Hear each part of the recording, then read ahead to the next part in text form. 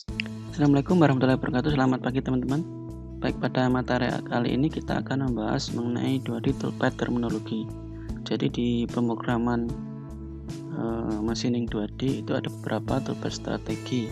Khususnya di software Mastercam ini ada 5 ini yang biasa digunakan ya. Yang pertama ada phasing, kedua ada contouring, kemudian ada pocketing, kemudian ada drilling and hole making, dan terakhir ada 2D high speed dynamic milling. Nah, untuk phasing ini biasanya adalah operasi pertama ya dalam proses machining, dan biasanya digunakan untuk membuang permukaan material bagian atas. Nah, phasing ini digunakan untuk meratakan permukaan atas suatu raw material. Jadi ada dua kemungkinan. Yang pertama, kemungkinan pertama adalah karena raw material itu kasar atau hasil proses casting itu biasanya kan kasar, maka perlu kita haluskan, kita ratakan menggunakan proses phasing. Atau kemungkinan kedua, dia hasil machining, dia halus, cuman ketika kita setting di ragum itu belum rata, artinya bidang permukaan dari raw material itu belum paralel atau sejajar dengan bidang XY dari mesin CNC, maka perlu kita ratakan menggunakan proses phasing ini. Biasanya untuk proses phasing itu menggunakan indexable cutting tool ya, atau tool yang menggunakan insert seperti ini. Nah, biasanya diameter besar supaya proses machiningnya itu cepat, atau material removal rate-nya tinggi. Nah, ini adalah contoh proses phasing. Nah, pada contoh ini itu untuk raw materialnya itu hasil machining. Kalau kita lihat di sini kan hasilnya sudah halus ya. Cuman di sini perlu kita proses phasing karena ada kemungkinan ketika kita setting itu bidang permukaan dari raw material ini, permukaan atas ini belum sejajar dengan bidang XY dari mesin CNC, maka perlu kita proses phasing. Dan proses phasing itu biasanya dilakukan dengan kedalaman menyesuaikannya, tidak boleh terlalu dalam, yang penting permukaannya sudah di machining semua atau sudah kena proses pemakanan dari cutting tool tersebut. Kemudian yang kedua adalah proses contouring. Untuk proses contouring itu biasanya digunakan untuk finishing bagian dinding luar maupun dinding dalam dari sebuah produk. Nah, contohnya seperti ini. Dan biasanya gerakannya itu kalau untuk contouring itu mengikuti chain yang kita pilih ya, seperti ini, satu kali seperti ini, atau bisa multi phase ya, jadi bisa 2 kali atau lebih, tapi untuk bentuknya sesuai dengan chain yang kita pilih. Jadi seperti ini, makanya biasanya digunakan umumnya itu untuk proses finishing bagian dinding, bisa dinding dalam maupun dinding luar. Di dinding luar, kalau contoh ini ada dinding luar, tapi juga dinding dalam seperti ini untuk finishing. Nah, biasanya untuk proses contouring itu ada istilahnya lead in atau lead out ya. Nanti kita jelaskan di entry motion di slide selanjutnya. Nah, kira-kira seperti ini untuk proses contouring. Jadi untuk gerakannya itu sesuai dengan chain yang telah kita tentukan.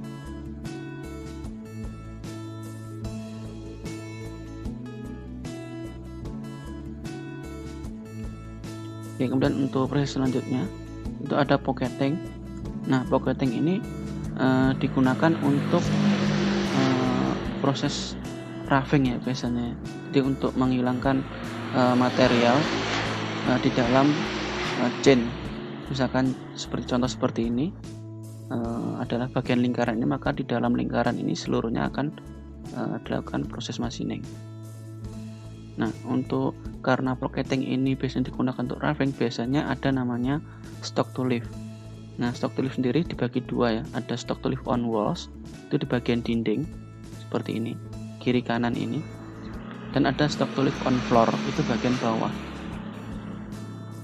Nah, ini disisakan, misalkan untuk diameter atau ukuran ini misalkan 10, maka biasanya disisakan di bagian dindingnya umumnya itu 0,2 mili untuk stock to leaf-nya ini. Jadi kalau kita machining itu nanti jadinya kalau diameter 10 jadinya cuma 9,6 karena di sisi kiri dan kanan adalah 0,2 sisanya. Jadi enggak 10 tapi disisakan 0,2 di bagian dinding. Ini adalah stock to leaf. Sebenarnya untuk proses roving harus ada stock to leaf-nya. Baru nanti untuk proses finishing menggunakan contouring tadi itu dihabiskan atau stock to leaf-nya 0. Jadi sesuai dengan diameter atau ukuran yang sebenarnya. Untuk proses pocketing, misalkan kalau chainnya 1, maka nanti yang dikerjakan adalah di bagian dalam ini yang berwarna biru ini. Nanti akan diproses semua. Jika chainnya ada 2 seperti ini, kita pilih 2 chain seperti ini, maka yang dikerjakan ya di area dalam 2 chain ini yang di machining. Kemudian jika bentuk chainnya seperti ini, ada chain dalam dan chain luar seperti ini, maka bagian yang akan di machining adalah bagian ini di antara 2 chain ini yang berwarna biru ini. Dan jika ada 3 seperti ini, maka ya di antara ketiga chain ini yang warna biru ini nanti akan di machining jika kita menggunakan proses pocketing. Tapi kalau kita menggunakan proses contouring, maka misalkan ada 3 seperti ini, maka nanti ya ada 3 proses, 1 di sini, 2 dan 3 seperti ini. Jadi dikerjakan kalau contouring hanya mengikuti dari chain yang kita pilih, tidak berdasarkan area seperti ini. Kalau area seperti ini adalah proses pocketing.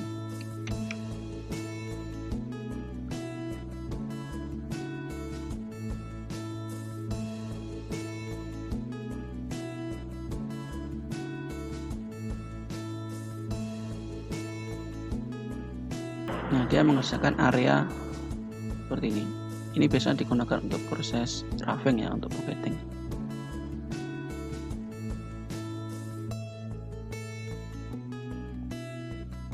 Oke, kemudian selanjutnya ada proses drilling and hole making.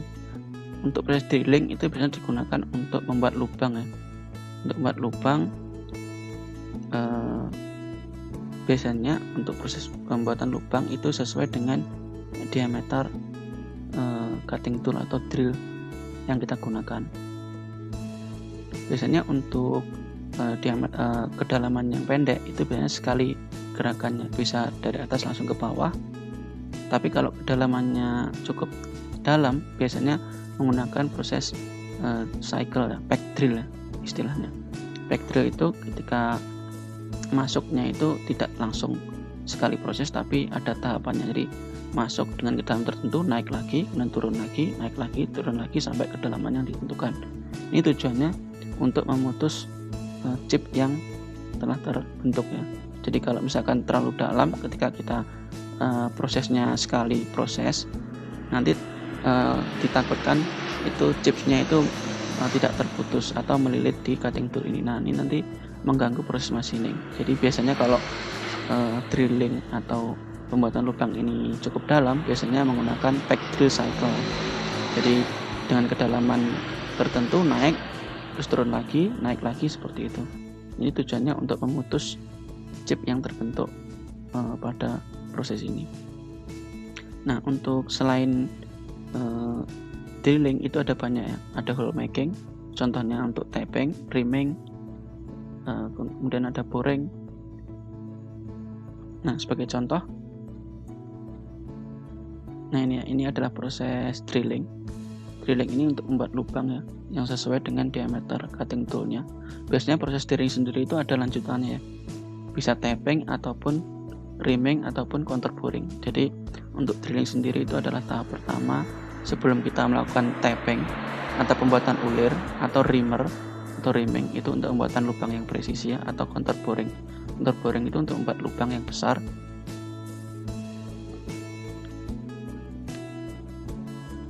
Oke, ini adalah contoh tapping ya, atau pembuatan ulir. Jadi ini sebelumnya ada proses drilling, kemudian dibuat ulir menggunakan proses tapping seperti ini.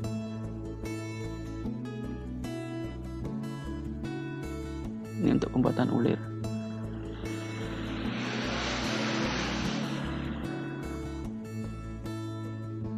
Dan ada lagi untuk proses rimming ya. Rimming ini digunakan untuk membuat lubang yang presisi ya, biasanya untuk sesuaian sliding ya. Desain pas sliding itu ketika umumnya digunakan pada ejector pada injection mold. Jadi kalau di injection mold itu ada lubang-lubang ejector, itu biasanya untuk lubangnya itu harus pas dengan ukuran dari pinnya supaya tidak ada material plastik yang merembes di celah antara lubang dan pin. Makanya perlu sangat presisi. Nah, untuk membuat lubang yang presisi itu biasanya menggunakan proses ramming ini seperti ini. Jadi sebelumnya di drill dulu dengan diameter misalkan 10, drillnya biasanya 9, sekian itu, 9,8 atau 9,9. Baru untuk 10-nya kita menggunakan ramming seperti ini. Nah, ada lagi untuk proses boring sepertinya, helical boring, itu untuk membuat lubang yang diameternya lebih besar dari cutting toolnya. Nah, seperti ini.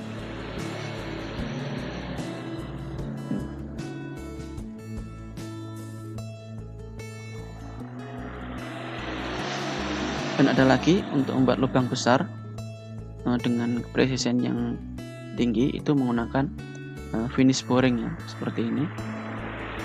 Jadi sebelumnya menggunakan helical boring, kemudian di finish boring seperti ini untuk membuat atau mencapai target dimensi yang atau toleransi yang ditentukan. Ini adalah contoh untuk drilling dan hole making seperti ini, beberapa contohnya. Nah, kemudian yang terakhir prosesnya ada 2D high speed dynamic milling. Nah, untuk proses ini sebenarnya umumnya ya disebut juga dengan istilah trochoidal motion ya, atau trochoidal milling. Nah, biasanya ini juga digunakan untuk proses roughing dengan memanfaatkan kedalaman dari flute atau mata potong dari tool ini. Jadi kalau pocketing itu biasanya kedalamannya itu tidak terlalu besar. Ya, tetapi untuk step overnya, kalau kita lihat di katalog itu ada rekomendasi seperti ini ya, ada tabel seperti ini yang menunjukkan nilai AP dan AE. Jadi untuk AE ini adalah step over, sedangkan AP ini adalah kedalaman. Jadi untuk pocketing itu biasanya antara 0,5 sampai 1 diameter ini. Tapi dia depth-nya atau AP-nya ini kecil ya, 0,5 sampai 1 diameter. Nah, tapi kalau di dynamic milling atau trochoidal milling ini biasanya dia memanfaatkan kedalaman cutting tool, kedalaman mata potong ini. Jadi dalamnya ini, bagian yang kanan ini ya, paling kanan ini, kedalamannya bisa mencapai 1,5 diameter. Tetapi step overnya atau AE-nya cuma 0,1 seperti ini. Dan gerakannya biasanya trochoidal seperti ini. Ini tujuannya untuk menjaga chip load-nya konstan ya. Jadi kalau di trochoidal milling itu dia chipnya ini ya, atau bagian yang dimakan ini, dipotong ini konstan. Nah, sehingga menjaga chip load yang diterima oleh cutting tool ini tidak ada yang besar ya, sehingga untuk speednya atau feed rate-nya itu bisa lebih cepat, makanya disebut high speed. Nah, ini adalah contoh trochoidal milling.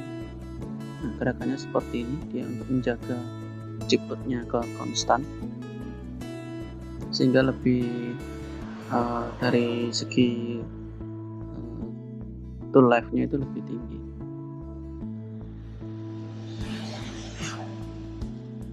Dan untuk kedalamannya juga seperti ini ya, biasanya dia full depth seperti ini. Nah, seperti ini.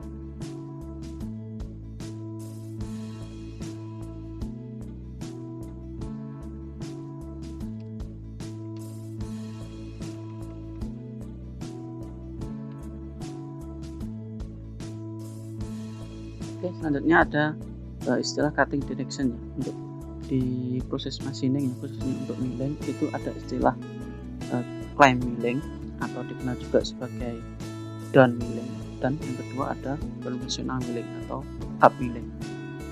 Nah, kalau kita lihat arahnya seperti ini, kalau di climb milling itu dari pemakanannya cut direction-nya ke sana, spindle rotation-nya searah jarum jam ya, seperti ini. Nah, dia pemakanannya dari atas ke bawah. Jadi kalau kita lihat di sini itu dari pemakanan besar ke pemakanan kecil seperti ini. Biasanya untuk climb milling ini plot yang diterima itu cukup besar oleh cutting tool, tetapi untuk hasil surface finishnya itu lebih bagus. Sedangkan di conventional milling itu arahnya sebaliknya. Jadi kalau ini dari atas ke bawah, kalau ini dari bawah ke atas. Nah, ini dari pemakanan 0 ke ketebalan tertentu. Di sini tipis, di sini tebal. Seperti ini. Ini biasanya chiploadnya lebih kecil, tetapi dari segi hasilnya itu lebih surface finishnya itu lebih jelek. Nah, sehingga umumnya ya untuk conventional milling itu digunakan untuk mesin-mesin konvensional seperti ini. Karena di conventional milling itu biasanya dia menggunakan lead screw ini. Jadi sistemnya seperti ini. Kalau di lead screw itu umumnya terjadi backlash. Jadi ketika dia untuk gerakan rotasional ke gerakan linier itu disalurkan menggunakan lead screw. Jadi ketika ini diputar, maka meja ini akan bergerak. Nah, biasanya kalau di lead screw itu ada namanya clearance ini, ada celah nih, ini menyebabkan backlash. Jadi ketika ini diputar, ini belum bergerak sebelum bagian permukaan ini menyentuh bagian permukaan yang sebelah sini. Nah, ini biasanya yang membuat conventional milling itu kurang presisi. Nah, kenapa conventional milling tidak bisa menggunakan atau tidak dianjurkan menggunakan climb? Karena di climb milling ini tadi kan load chipnya kan cukup besar ya, sehingga nanti bisa mengganggu atau menyebabkan backlash ini kalau chip loadnya terlalu besar. Nah, sedangkan kalau di CNC milling itu sudah menggunakan bow screw. Nah, ini tidak ada backlash, sehingga di CNC mesin itu biasanya menggunakan climbing ini. Jadi dia hasilnya surface finishnya bagus. Tetapi walaupun chip loadnya besar, tapi di sini tidak menyebabkan backlash karena sudah menggunakan sistem bow screw seperti ini. Nah, kenapa kok di conventional milling itu surface finishnya buruk? Itu karena di sini dia memakannya dari 0 ke besar. Jadi ketika dia menyentuh benda kerja seperti ini, pemakanan 0 seperti ini terjadi gesekan. Nah, gesekan ini bisa menyebabkan panas, dan panas ini bisa menyebabkan aus di bagian pahat, sehingga hasil dari surface finishnya tidak sebagus ketika kita menggunakan climb milling. Nah, jadi ini bisa sebagai pertimbangan ya, kapan kita menggunakan climb milling atau konvensional milling. Walaupun di CNC milling itu bisa dua-duanya. Jadi sebaiknya menggunakan climb milling kalau kita targetkan surface finish yang bagus, itu menggunakan climbing milling. Nah, sedangkan di konvensional mesin itu biasanya menggunakan konvensional milling atau up milling. Nah, makanya dulu waktu misalkan kita praktikum milling konvensional ya, biasanya terjadi tool patah. Itu karena kita arahnya salah ya, kita menggunakan climb milling itu bisa menyebabkan patah karena chip loadnya besar. Sedangkan ketika kita melakukan pencekaman, itu kemungkinan pencekamannya tidak serapat yang seharusnya, sehingga menyebabkan benda kerja itu bergeser, sehingga pemakanan juga akan semakin besar, sehingga menyebabkan tool itu menjadi patah. Nah, ini adalah arah atau cutting direction pada proses machining khususnya di CNC milling.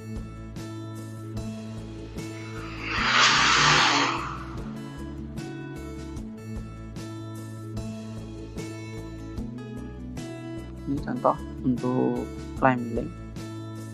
Jadi arahnya dia menekan ke benda kerja seperti ini, ke bawah, atau down milling istilahnya. Nah, sedangkan yang ini adalah untuk up milling, arahnya ke atas. Jadi seperti dia scope gitu. Kalau climb milling itu seperti mencangkul. Nah, seperti ini.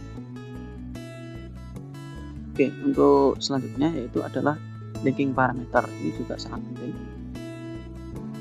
diperhatikan, karena ini nanti menyangkut machining time, waktu machining. Jadi di toolpad itu ada beberapa istilah seperti ini, ada clearance, retract, feed plane, top of stock, sama depth. Ya, untuk depth sendiri itu adalah kedalaman total pemakanannya. Jadi misalkan ini 0, permukaan benda kerja adalah Z0, maka depth ini misalkan minus 10, maka kedalaman totalnya adalah minus 10. Ini ada top of stock. Top of stock ini adalah permukaan atas benda kerja. Ini Z0 nya. Dan di sini ada depth cut. Depth cut ini adalah ini pemakanan yang diizinkan oleh cutting tool. Misalkan kedalaman 10, tidak mungkin kita memakan langsung 10, tapi ada step-stepnya atas pemakanannya. Nah, itu adalah depth cut. Ini juga diatur atau ditentukan berdasarkan katalog toolnya. Jadi kalau di katalog tool itu maksimum cuma 2 mili, maka untuk 10 mili, dalam total 10 mili ini maka diperlukan step sebanyak 5 kali.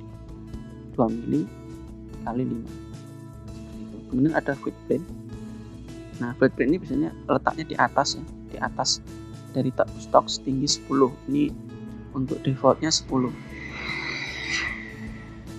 Nah, feed plane ini nanti digunakan untuk entering motion ya. Kemudian ada retract ini biasanya umumnya ada 25 dari permukaan ini. Ya, ini nanti untuk gerakan kembalinya atau kembali ke atas, tool mengangkat ke atas itu sebesar ke retract. Dan ada clearance ini lebih tinggi lagi dari retract, yaitu umumnya 50. Nah, lebih detailnya seperti ini. Jadi ketika cutting tool itu masuk dari atas, dari clearance ini masuk ke dalam sampai feed height, itu menggunakan kecepatan rapid move. Ini yang titik-titik ini merah ini adalah rapid move. Nah, rapid move ini besarnya adalah tergantung masing-masing mesin ya.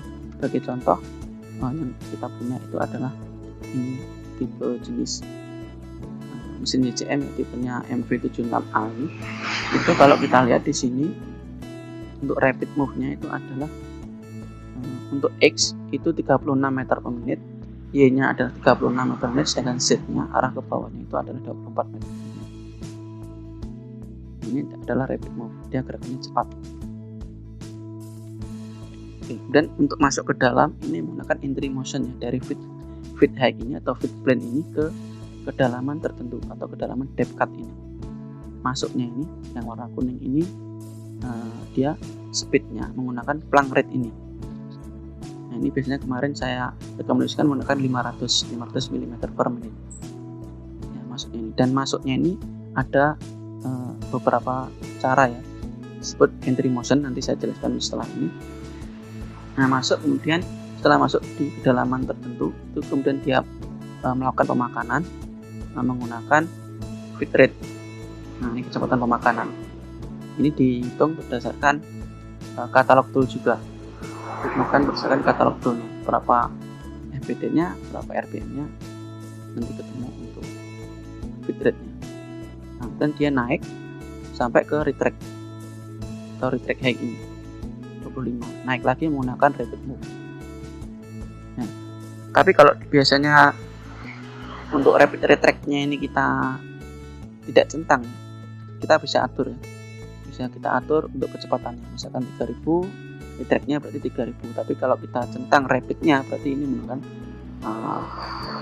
kecepatan rapid yang tadi sesuai dengan spesifikasi mesinnya masing-masing. Nah, seperti untuk clearance height ini biasanya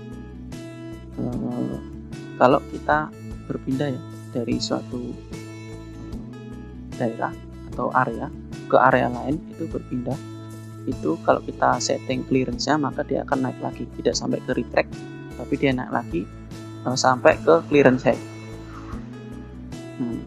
Lebih detailnya saya tunjukkan di sini. Nah, misalkan ada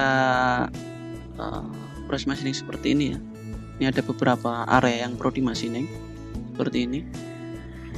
Nah, lihat dari samping seperti ini. Jadi cutting tool itu awalnya mulai dari home ya, dari posisi koordinat home mesin, misalkan di sini ya. cutting tool ini akan bergerak turun sampai ke feed plane. Nah, feed plane tadi biasanya umumnya adalah 10 ya, 10 dari permukaan benda yang kita tentukan tadi. Nah, dari atas ke sini ke feed plane 10 dari permukaan benda ini, itu gerakannya menggunakan rapid move ya. Jadi gerakan cepat sesuai dengan mesinnya masing-masing. Nah, kemudian dari feed plane dia akan turun menggunakan entry motionnya. Turunnya menggunakan gerakan atau kecepatan plank rate. Nah, 500 tadi. Dia masuk sedalam depth cut. Jadi misalkan depth totalnya adalah di sini, maka dia turun sampai depth cut ya. Tergantung depth cut yang kita tentukan berapa, misalkan 2 mili ya, 2 mili dari 0, minus 2 seperti ini. Nah, setelah itu dia pemakanan menggunakan feed rate. Nah, feed rate ini tadi sesuai dengan perhitungan di katalog. Nah, pemakanan, setelah selesai pemakanan dia naik lagi sampai ke retract. Tingginya 25 dari permukaan. Nah, naiknya menggunakan kecepatan rapid. Kalau kita aktifkan rapidnya. Nah, kemudian dia geser lagi melakukan gerakan rapid dan turun lagi sampai ke feed plane. Tetap masih menggunakan gerakan rapid, kemudian turun lagi menggunakan plank atau plank rate, dan dia pemakanan lagi dan seterusnya sampai kedalaman total yang ditentukan seperti itu. Nah, ketika clearance-nya kita aktifkan, maka setelah selesai misalkan area daerah sini kita selesai machining ya, dia kembali ke retract, dia akan naik lagi ke clearance side dan bergeser ke area lain, misalkan kita mengerjakan daerah sini. Nah, seperti itu. Jadi clearance itu digunakan ketika berpindah, kemudian di area perpindahannya itu ada bagian yang menghalangi, misalkan tonjolan seperti ini ya, baik berupa produk ataupun klaim seperti ini. Misalkan klaimnya di atas, maka clearance-nya harus kita atur setinggi area bebas ya, bebas dari bagian yang menghalangi. Nah, supaya nanti ketika berpindah dari area tertentu ke area lain itu dia tidak nabrak. Nah, baru dia pindah kemudian turun lagi menggunakan cycle yang sama seperti di sini tadi. Nah, kira-kira seperti itu. Jadi untuk mengatur berapa feed plane, retract, dan clearance itu bisa kita atur-atur, bisa kita sesuaikan sesuai dengan kebutuhan. Supaya nanti, karena tadi setiap gerakan itu punya kecepatan, jadi kalau itu banyak pasti juga akan berpengaruh ke machining time-nya. Seperti itu. Oke, kembali lagi ke sini. Nah, di bagian pengaturan linking parameter ini ada istilahnya absolute sama incremental. Nah, bedanya antara absolute dan incremental, kalau absolute itu biasanya ini ya. Jadi kalau kita setting benda kerja itu biasanya seperti ini ya. Permukaan benda itu letaknya di 0 seperti ini. Nah, ketika kita menggunakan setting absolute, itu semua referensi titik originnya atau nolnya itu berdasarkan koordinat dari master cam ini. Jadi di sini nolnya di permukaan benda kerja ini, di koordinat ini nolnya. Misalkan kedalaman minus 10 ya dihitung dari sini. Misalkan ketinggian 50 ya dihitung dari sini. Itu absolut. Tapi kalau menggunakan incremental itu berdasarkan chain yang kita pilih. Sebagai contoh, misalkan kita menggunakan model 3D seperti ini, itu ada kemungkinan chain yang kita bentuk itu letaknya di bawah ini, yang warna hijau ini kan di bawah, tidak di 0 lagi. Nah, seperti ini. Nah, ini ketika kita setting incremental, maka nanti titik nolnya sebagai referensi 0 itu bukan di originnya ini lagi, tapi di sini. Misalkan minus 10 ya, minus 10-nya dihitung dari chain yang kita pilih ini. Ke bawah minus 10, bukan dari sini. Itu adalah incremental. Nah, tapi kalau chain yang kita pilih ini, tapi kita setting absolute, tetap yang referensinya adalah nolnya dari sini, dari origin, dari koordinat sistem dari software ini. Itu bedanya absolute antara absolute dengan incremental. Oke, jadi misalkan kita menggunakan chain ini ya, kemudian kita setting incremental, kemudian kita mau pemakanan sedalam ini, maka kita setting depth-nya adalah 0. Nah, kalau kita setting incremental, dan chain yang kita pilih ini depth 0, maka dia nolnya dianggap adalah di sini dalam hal ini. Nah, itu bedanya. Oke, kemudian di di pergerakan cutting tool ini ada istilahnya compensation ya, atau compensation direction. Nah, ini biasanya pada proses kontur ya. Kalau di pocket itu tidak ada, tapi kalau di kontur biasanya ada compensation direction. Jadi compensation direction adalah ini. Jadi pergerakan tool itu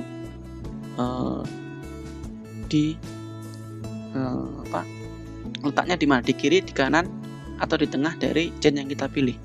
Sebagai contoh ya, kalau kita aktifkan left compensation direction-nya dan arah chainnya ke sana, maka nanti pemakannya letaknya dia bergeser ke kiri. Gesernya sesuai dengan diameter toolnya. Seperti ini. Tapi kalau kita setting off, maka dia pergerakan toolnya sesuai dengan chain yang kita pilih. Tak dari center toolnya seperti ini, di tengah-tengah seperti ini. Tapi kalau kita setting right, maka seperti ini.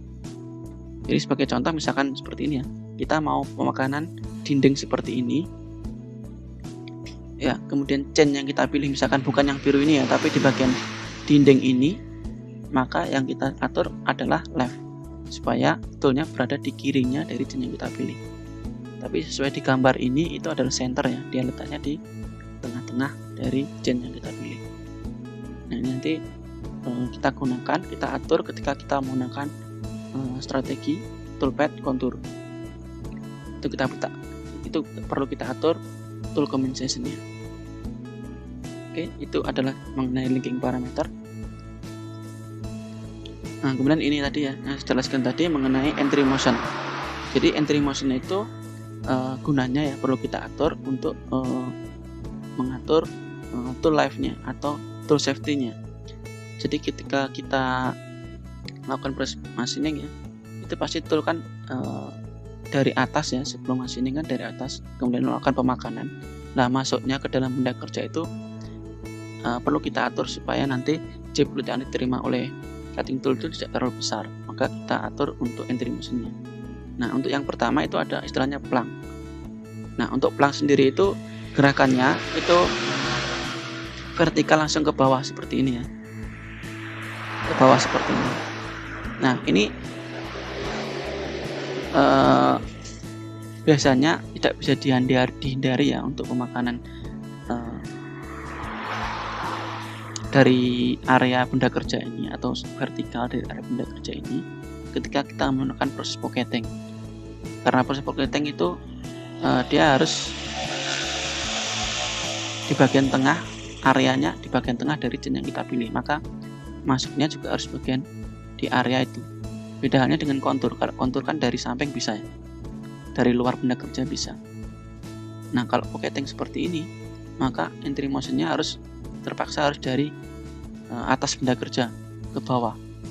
Nah, maka itu perlu kita atur. Nah, kalau plank itu seperti ini, dia vertikal langsung ke bawah. Ini sangat tidak direkomendasikan ya, karena di cutting tool itu bagian tengah itu tidak ada mata potongnya. Jadi kalau langsung ke bawah seperti ini, biasanya akan merusak pahat. Contohnya untuk plank itu seperti ini ya, dari atas ke bawah. Nah, di contoh ini masih dibolehkan ya, karena di sini pemakannya tidak di tengah ya, tidak di area tengah sini, tapi dia di samping, dan pemakanannya hanya di bagian sisi cutting tool. Ini masih boleh karena di bagian sisi cutting tool masih ada mata potongnya. Khususnya biasanya kalau untuk plank seperti ini menggunakan mata potong khusus ya untuk plank. Nah, tapi kalau menggunakan solid carbide itu tidak dianjurkan menggunakan plank ya, karena bisa berbahaya untuk cutting tool. Oke, kemudian untuk yang kedua itu ada entry motion namanya rem. Nah, rem ini gerakannya seperti ini ya.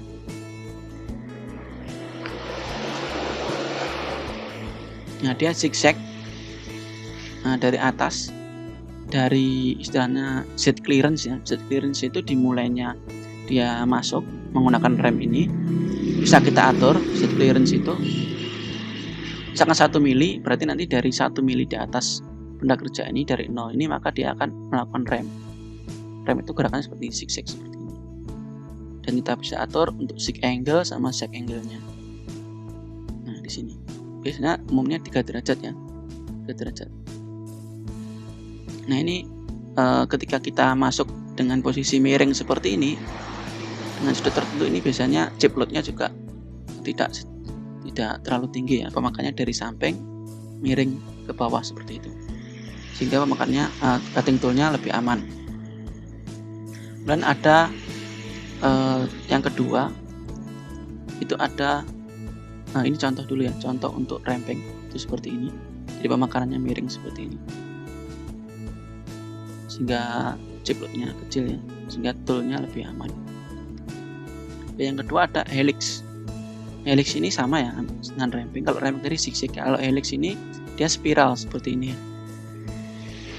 Dimulai dari set clearance ini bisa kita atur ya berapa tingginya. Dari set clearance ini masuk menggunakan helix, dia gerakannya spiral ke bawah. Ini juga bisa kita atur berapa angle-nya, flank angle-nya.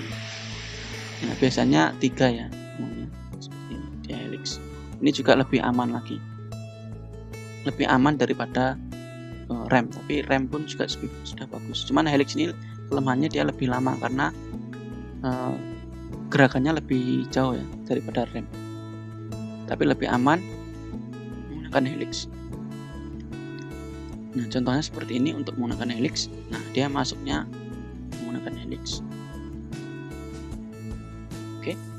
Kemudian yang terakhir itu ada lead in dan lead out. Nah, ini lead in lead out ini bisa kita atur ketika kita menggunakan kontur, proses kontur. Jadi pemakaiannya tidak dari atas benda kerja, tapi dari luar benda kerja. Walaupun dari luar, itu biasanya dia tetap harus ada ini ya, sudutnya ya. Di sini bisa kita atur ya, arc radiusnya ini. Jadi pemakaiannya lebih landai ya, daripada langsung tegak lurus seperti ini, itu lebih berat chipnya. Tapi kalau landai seperti ini dia lebih ringan, jadi tool life-nya juga lebih aman atau cutting tool-nya lebih aman. Nah, di lead in lead out itu bisa kita atur ini ya, length-nya itu ini, gerakan linearnya ini ya, itu bisa kita atur panjangnya berapa di length ini. Kemudian untuk arc-nya bisa kita atur juga berapa radiusnya. Nah, ini untuk lead in, kemudian untuk keluarnya itu lead out. Nah, seperti ini. Ini untuk kontur itu bisa diatur untuk entry motion-nya menggunakan lead in atau lead out ini. Nah, contohnya seperti ini untuk lead out.